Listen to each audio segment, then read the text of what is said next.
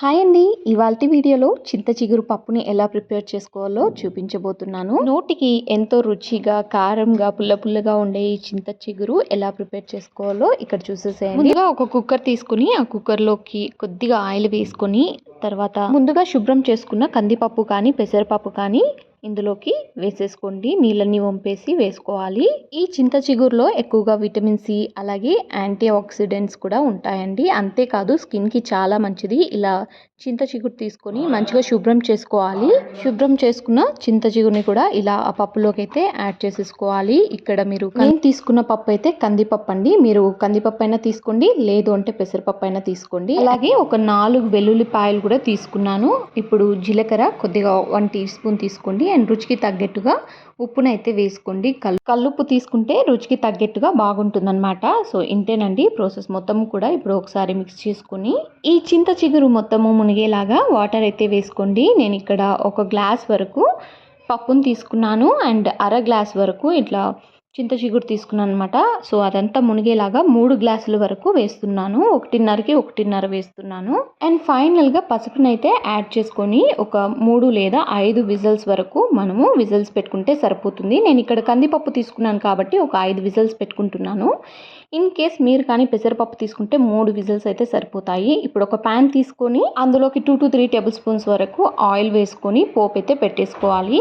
చింత చిగురు పప్పు తినడం వలన థైరాయిడ్ ఇష్యూస్కి హెల్ప్ అవుతుంది. సో ఎవ్రీ సమ్మర్లో మిస్ అవ్వకుండా ఈ చిగురు అయితే తినాల్సిందే. ఈ ఆయిల్ అంతా హీట్ అయ్యే లోపల ఆనియన్ అయితే కట్ చేసి పెట్టుకోండి పొడవుగా.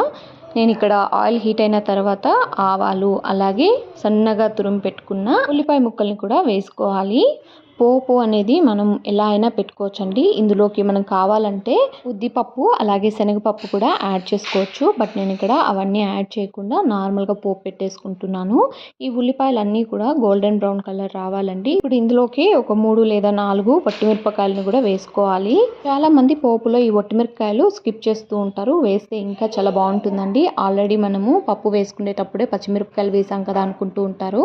అలా కాదు, వేస్తే ఇంకా కొంచెం ఎక్స్ట్రా టేస్ట్ వస్తుంది. అలాగే ఒక 2 కరివేపాకు రెమ్మల్ని అలాగే వెల్లుల్లిపాయల ముక్కలు ఒక 2 తీసుకోండి.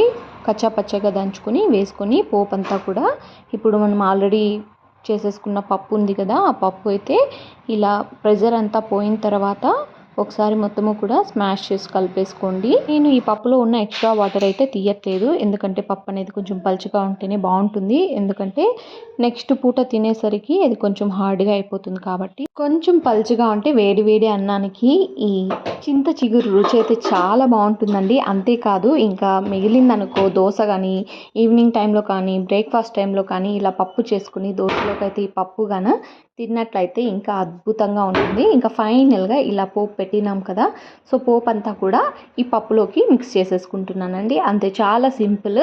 బట్ ఎప్పుడైనా మీకు ఈ చింత చిగురు అనేది దొరికితే మాత్రం ఖచ్చితంగా ఇంటికి తెచ్చుకొని ఇలా పప్పు కానీ లేకుంటే పచ్చడి కానీ చేసుకొని ఆస్వాదించండి. టేస్ట్కే కాదండి, హెల్త్కి కూడా చాలా మంచిది. And thank you so much for watching my video and keep support. Thank you.